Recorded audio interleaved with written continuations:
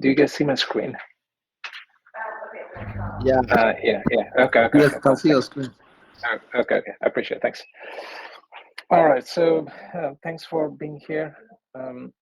Everybody's welcome. I think what things I'm going to share with you is obviously some of the things I've been thinking about for last few months.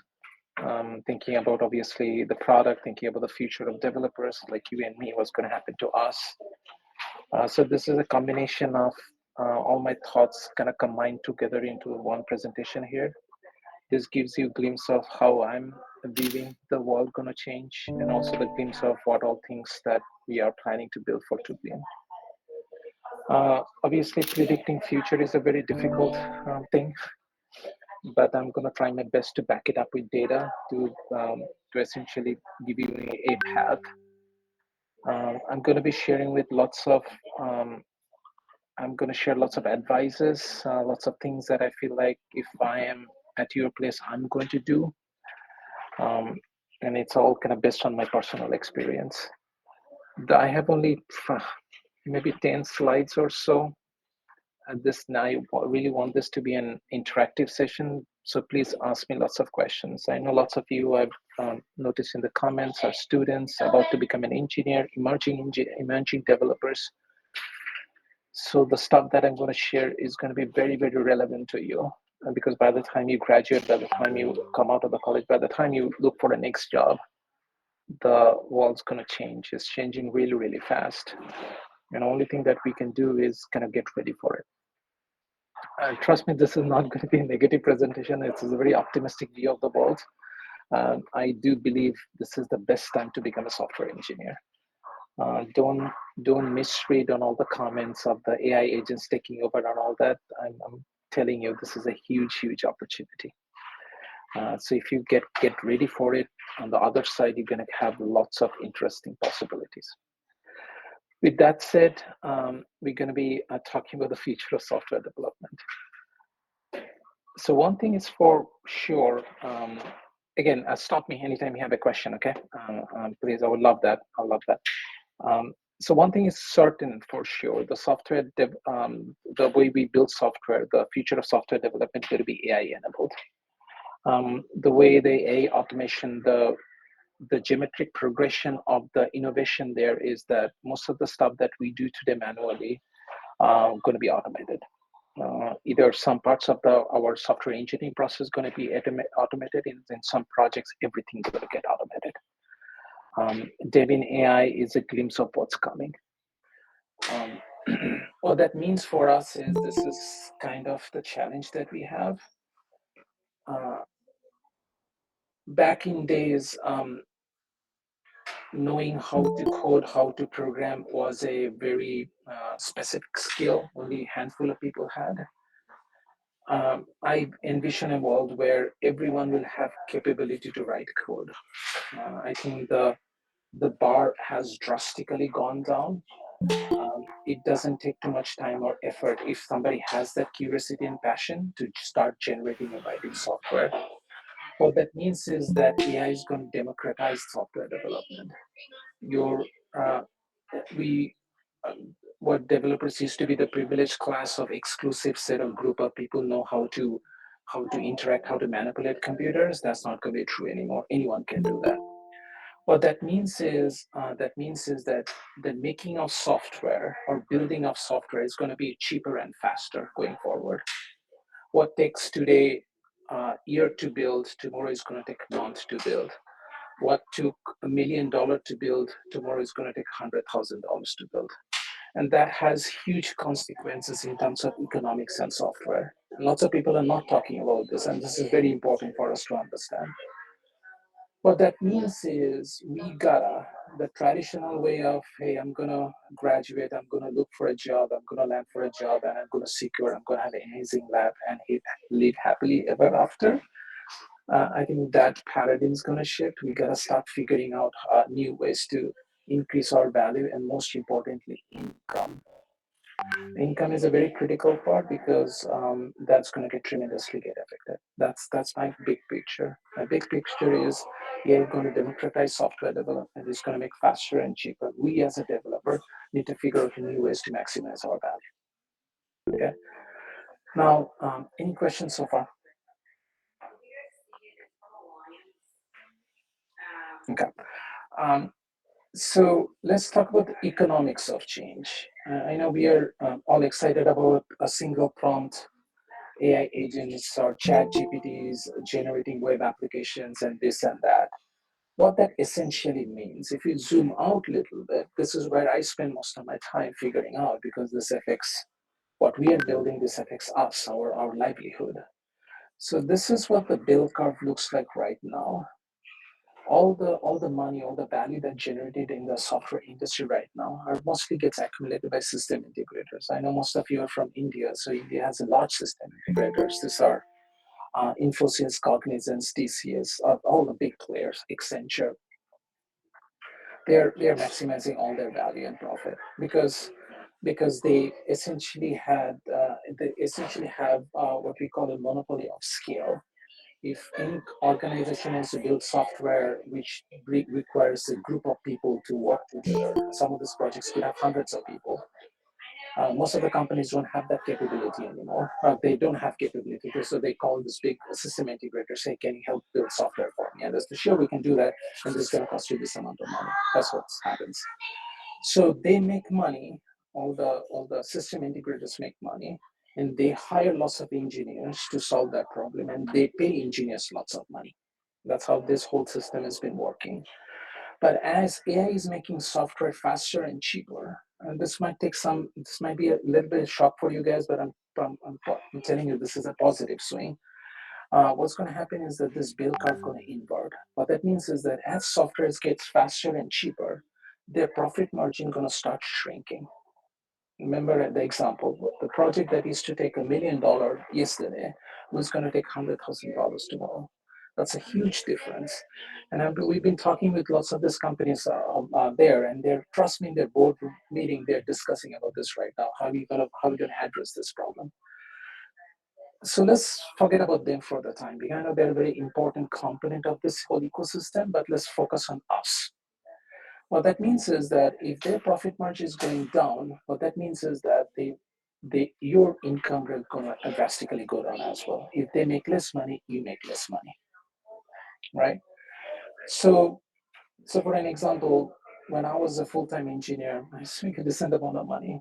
And I go back and I look at this industry right now, I feel like I don't think I'll be able to get that amount of salary right now. If this bell curve continues to shrink, this bell curve continues to invert. Now, for developers, we essentially have two possibilities, right? One possibility is, and which was the example I shared on our Discord channel, is move out to a direction where we find a niche in the market. The niche in the market is AI right now, right? I shared some stats on our general. It's crazy some of the companies, amount of money they're throwing at it. If you're a PhD, if you have a good understanding of an experience in machine learning, training model, or LLM, you are highly sought of here. I mean, you Zuckerberg might call you to hire you. That's what's going on in the industry.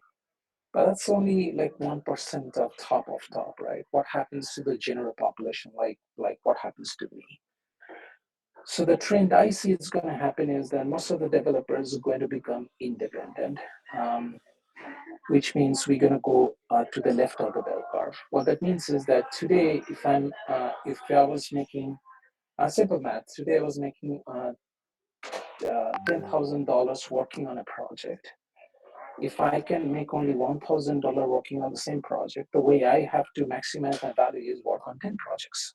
Right? If I can work on 10 projects, get $1,000 each, I make $10,000. That's the type of scale we have to start thinking about the project and work. I'm going to pause now and see if you guys have any question.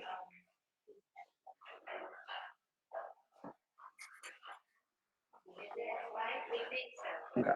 Even if you disagree with me, please, I will appreciate if you jump in and contradict. Okay. Again, I said this is a a possible version of the future. Who knows what the future is going to like? But if you follow some of the patterns and things that I'm going to say, no matter where we end up with, you're always going to be on the upside. Okay, so that's the general economics. That's the transition. That's the trend we are seeing in the market. Geographically, things are very different. This is obviously a trend in US. I don't know how that feels like in India right now. I'd love if you guys have some perspective on it, but that's the general trend across the board. So one argument of this is a very pessimistic view, right? And you're going to see that a lot in the social media. Maybe your uncle is sharing that with you, that, hey, glory days of developers are gone, right? The reason I generated this, I used Dali to generate this. There is a reason why I have an Excel here. So some people even might argue and say that this is an Excel moment for software developers. You know how when Microsoft Excel came out, it actually disrupted all the accountants, right? If Excel can do lots of stuff, why would I hire an accountant to do it? So lots of people are arguing that AI is going to essentially do that same thing that what Excel did for accountants. Now, I don't agree with this view. My view is that we're going to see a paradox effect here. Gibbon's paradox is a term in economics, and I think that kind of pattern is going to evolve into industry. Because if you think about it, software development is expensive. Not everybody can afford this, right? It takes a lot of money and effort to build a software, a custom software. What typically happened in other industries that as efficiency increases, what we are experiencing in software, right? It's amazing with copilots, GitHub copilots and agents, how fast you can build stuff these days, right? So this is an increased efficiency. Whenever in the industry there is an increased efficiency and it costs less to build, actually the demand goes up. This is a weird paradox because lots of people might think, oh, it's costless, why would we do this anymore? But it turns out since it's costless, there will be lots of more companies, lots of more people, lots of more institutes gonna come out and say, okay, now I can build software. So my view of this is whatever the size of the industry we have right now, the size of the industry is going to become 10x. Okay. In fact, I argue our biggest problem is going to be scale. There'll be so much demand in the industry, we'll not be able to meet that demand. So take an example of, I'll take it some data point example, okay? Again, Jonathan, ask me any question, please. Okay, one example of this is a Model T effect. Model T, for the folks, international folks out here, was an innovation from Ford, right? So before Model T came out, owning an automobile was very expensive. People only reached the top of top used to afford having a car in US. When Model T came out, what Henry Ford did is that an innovation of automation, right? He figured out that there is a better way and more efficient way to produce car. When he did that, what essentially happened, the cost of production drastically went down. That meant that cars become cheaper.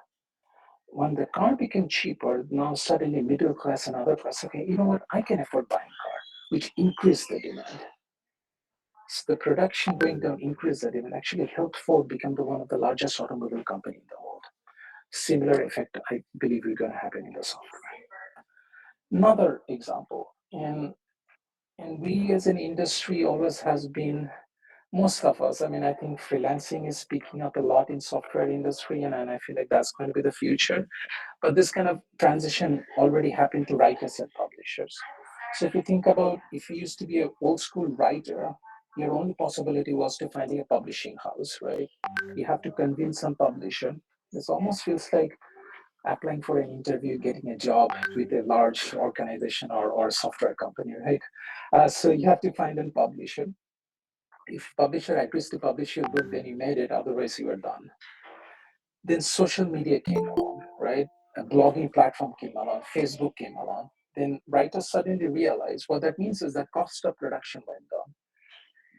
Because before that, publishers were also, if you think of the publishers were, okay, if I sign up an author, I need to print I don't know, 100,000 books. That's going to cost me money. I'm sure whether I will make that money or not. But that's why they were very specific about who they want to sign up. But when social media came along, then writers said, wait a minute, I don't have to deal with all this crap. No, I can go to social media. I can go to Facebook. I can open my own blog and start publishing. And look what happened to the publishing house. Half of the publishing house disappeared. So what happens anytime in this industry where we see efficiency gone up, it becomes easier. The cost of production going down. I have noticed people have become independent. And keep that idea in mind, because most of you out there who is probably aspiring to work for some large software company, I would argue your better version of future would be I'd rather become an independent and use all these new capabilities that coming to me and build my own company. I think that's a better version of the future. So that's kind of the reason why and how the things gonna change.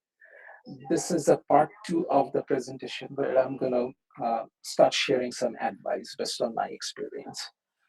The first advice is as the demand going up and cost of production going down, every industry, every market is going to look like a software market. I cannot think of a single industry, single place where software will not get used. Think of that. That means more software needs to be written, more software needs to be managed. There's a whole new set of opportunities coming up. Second thing is that, and this is probably going to be a very positive sum game for both sides. Finally, we'll have the possibility of an open market for software. The idea of there are a handful of companies out there, and this might sound a little weird, but anyway, there are a handful of companies out there controlling the software market, controlling them, have the monopoly of scale. That thing's going to disappear. What that means is a single developer, and I argue that, and I'll tell you what we are building on that as well. I argue that a single developer in the future will have capability to execute and build large-scale software projects. We don't need teams anymore. And when that kind of scenario comes into the present, then you suddenly realize that why would I need to go through a system integrator to build the software? Ultimately, you're going to have an open market where a customer can directly interact with a developer and execute a software. This is a positive sum game. How? Customer gets their product cheaper and faster. You as a developer make more money because we kind of getting rid of the middleman. Okay, this is very different than what we see at the world of Upwork and freelancing market, because most of the traditional freelancing markets right now are very low hanging fruit, right? Go build an MVP for me in $50. Go do all that stuff. It's the rest of the bottom, right? It's frustrating how this market works, because most of these customers out there, it's not convinced that you as a developer can execute can build a whole e-commerce project for them. For that, they reach out to the other companies. But as this AI innovation come in, as these agents and copilots become more powerful, then you will have the capability as a single developer to execute this project. That's what I mean by open market. Now, another thing I see this, and I don't believe, um, even if we have autonomous agents, and trust me, I'm coming from an experience because we are building an autonomous agent for software development.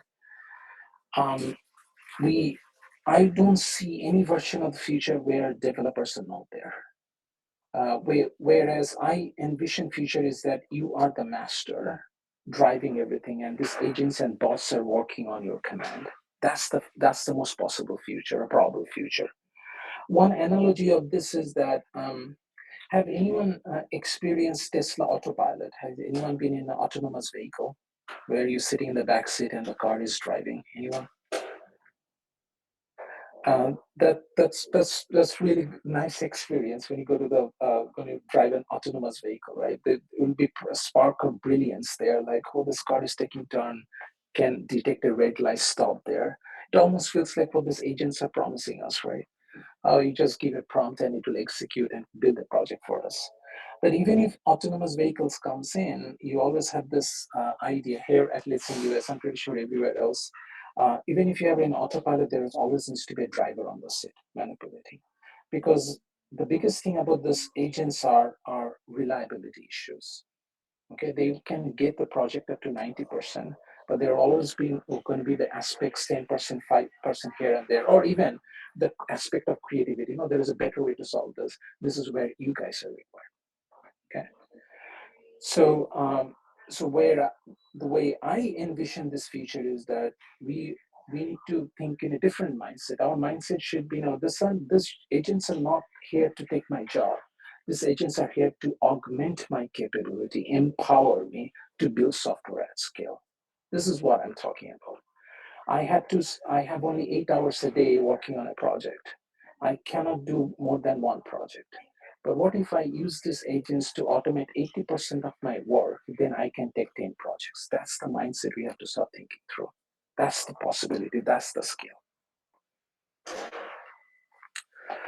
Um, so on top of that, when you have developed that kind of capability, empowerment, that kind of aspects, that you know how to operate with this agent, how to use these agents to do that.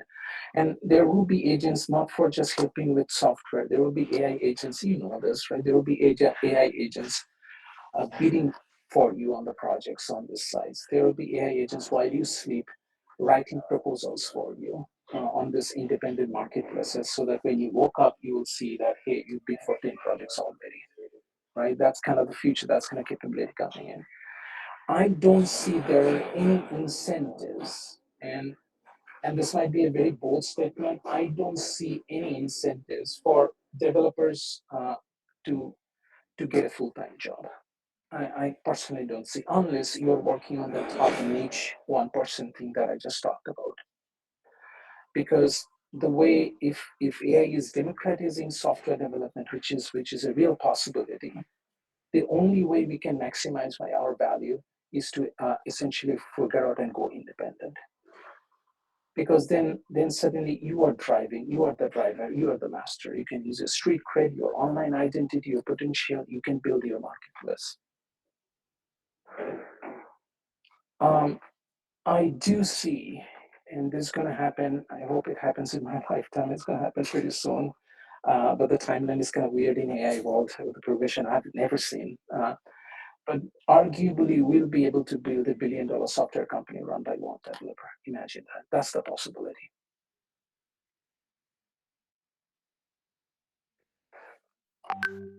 I'm almost wrapping up here. So, there are a couple of things I want to leave behind here as a parting thought. Obviously, the future of software development is all about speed, right? This is your superpower. Speed's going to be a superpower. I haven't seen a single person, single company, single organization who doesn't care about speed. Okay. And the best thing about this AI tools and agents is that they empower you, that they give you the speed. You can go 10x faster, learning anything, growing anything, picking anything. It really doesn't matter. I like you guys use 80/20 for that, but you can use anything you want. This is the best time to become a developer. Build faster. We talked about that, how these tools can help you build faster. And for the first time in our lifetime, we actually have an opportunity to earn 10x more money. It's not actually reduced. If you play your cards right, this is 10x than what your parents have made, what your counterparts have made, whatever I have made. This is a huge possibility, opportunity for that. So remember, we are getting into the point of what I call is abundance of intelligence era, right? Cognitive tasks, the stuff that we used to proud about. Hey, I've done computer science. I know how to think. I know how to write complex algorithm.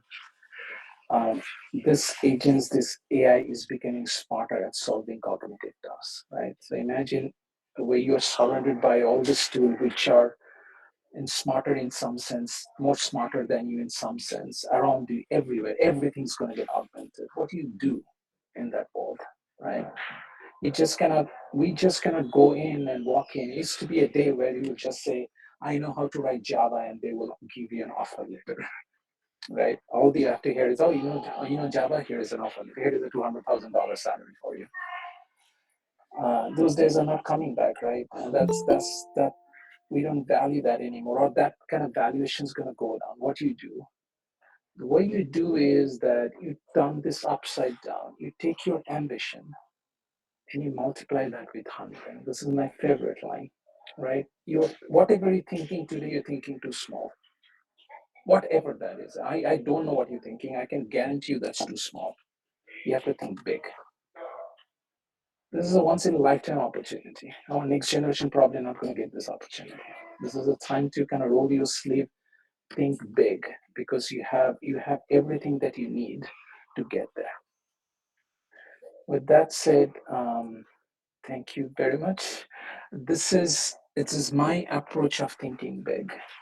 We are taking our ambition and multiplying that with 100. I'm dogfooding this. Whatever I'm preaching, I'm using it for myself. So Tublian, this is the first glimpse I'm sharing with you guys. And this is going to be available in beta soon. We are behind the scene working on what we're calling as an Tublian operating system for software development. I want to empower you guys so that you can make 10x more income. These are multimodal agents. This is not just agent that help you coding. These are the agents going to help you bid for projects, win projects, ensure the project is running smoothly, maybe help you with customer interaction, all kind of an operating system package for you. And think of you are the driver that's operating this. So we want to empower you, unlock opportunities for you. So not just give you one project, we are empowering you to so that this tool can help you win 10 more projects. Thank you so much. Any questions? I realize I haven't given you specific tips of, hey, do A, B, and C, and you will get a job, because I think that would be lying. Nobody knows that yet. So instead, I decided to give you a general set of guidelines, principles that you can use to kind of reset your target, reset your focus, so they can at least think about how the future is going to be. Um, was that helpful? Any question?